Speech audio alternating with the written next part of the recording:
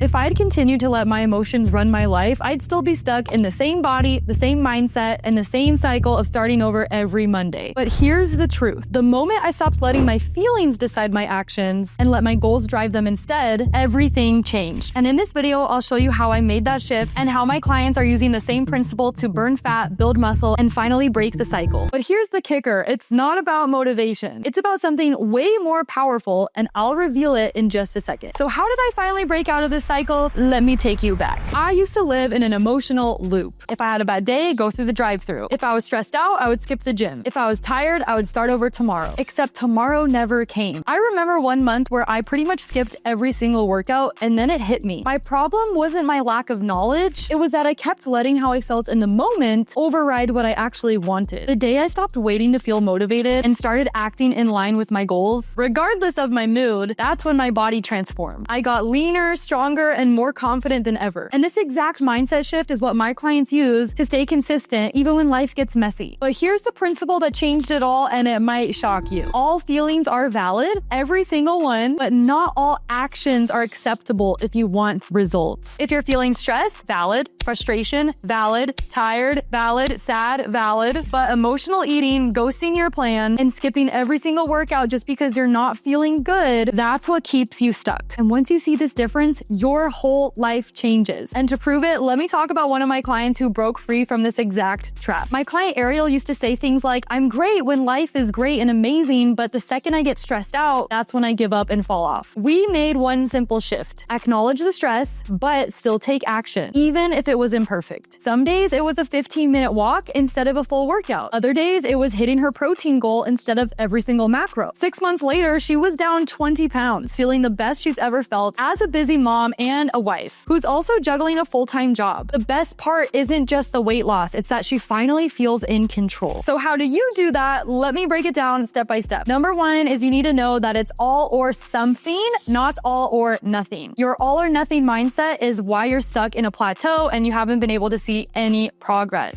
Something is always better than nothing. Even if it's just one habit that's in alignment with your goals, that is better than just throwing in the towel and giving up. Second thing is you need to overcome your perfectionist mindset. If you're trying to be perfect in this fitness journey or life in general, you are setting yourself up for failure because you have this perfectionism mindset. So if you can't be perfect that day, if you can't hit your macros perfectly, get that workout in, wake up early, hit your steps, do your cardio, you say, screw it, what's the point? I can't do everything anyway. Might as well just start fresh next week, next month, or the next day. That very mindset is why you've been stuck for years. This is also why you feel that everything in your life needs to be perfect for you to focus on your health. You need to have all the time in the world. You cannot be going through a busy, stressful time, no trips or travels coming up because you have that perfectionist mindset. And deep down, you're afraid of failure, so you don't want to get started when you have imperfect circumstances because you feel out of control. The truth is, life is never going to be perfect. There's never going to be a perfect time to start. And even if there will be, that time's not going to last forever. It's about making it a lifestyle, and something is better than nothing, not just quitting and throwing in the towel or not starting at all just because you have imperfect conditions. Step number 3 is you need to acknowledge your feeling and say it out loud. I am feeling stressed right now. I am feeling frustrated. I am feeling tired. It's okay to have these emotions. Then you decide what to do based on your goal and not your mood. You need to ask yourself, what would the woman that I want to become do right now? If you're feeling sad, that's okay. You're probably going through a hard time or had a bad day. But does that justify you going and binge eating thousands and thousands of calories in one sitting? I promise you, the food doesn't make you feel better. You actually feel worse after. You can be stressed or frustrated, but does that justify you skipping your workout just because you're not in a good mood? You still deserve to show up for yourself. You still need to take care of your body. In fact, one of the best things to do when you're stressed out, when you have anxiety, is go move your body, go exercise, get a good workout in. It's one of the best things to do for your mental health. Then you need to adjust the scale, not the action. Not gonna get a full workout in? Okay, just go for 10 minutes. Go for a walk instead. You don't want to hit your macros perfectly that day? Okay, well, still at least hit your calories. The win is that you still acted. You do not have to be perfect in order for it to be a win. This is called creating new patterns and new habits so you can make this a lifestyle. And lastly, the most important part is to remember the long game. time. Your body responds to what you do most of the time, not once in a while. But when one time or once becomes your default, then nothing is gonna change. If you're still not convinced, let me show you another client who broke out of a 10+ year-long cycle. My client Melissa used to binge eat and struggle with emotional eating every time she felt sad or frustrated or stressed out. We worked on slowing down her decisions. Instead of acting on it first thing, we messaged and I talked her off the ledge. It's also okay to sit in that uncomfortable feeling for a moment. You don't need to go instantly mask it with food or alcohol or smoking. Within weeks, she learned how to pause and choose a small aligned action instead. Now she's down 100 pounds as a wife and a busy mom of 3. But the real win is she broke this 10+ year-long cycle of emotional eating. And she is going on year 3 inside of our program. And here's where the faith comes in, because this is deeper than discipline. From a faith perspective, it's not just about willpower, it's about stewardship. God gave you a body to care for. You're not just supposed to care for it when you're feeling like it and when things are easy. In fact, the biggest breakthroughs come from you deciding to show up regardless of how you feel. So next time you hear that voice say, I don't feel like it, here's what I want you to remember. Feelings are welcome, but your goals decide your actions, not your mood. And if you're finally ready to master that, to get lean, strong, and consistent no matter what life throws your way, here's what to do next. I put together a custom blueprint for you to help you build your dream body without your emotions running the show. All you need to do is click the link in the description, fill out the form, and if it makes sense, we'll build your custom plan together. Because at Aligned Fitness, we don't guess. We use proven systems, actual accountability, and a plan that literally works. So if you're tired of starting over every single Monday, let this be your last day one.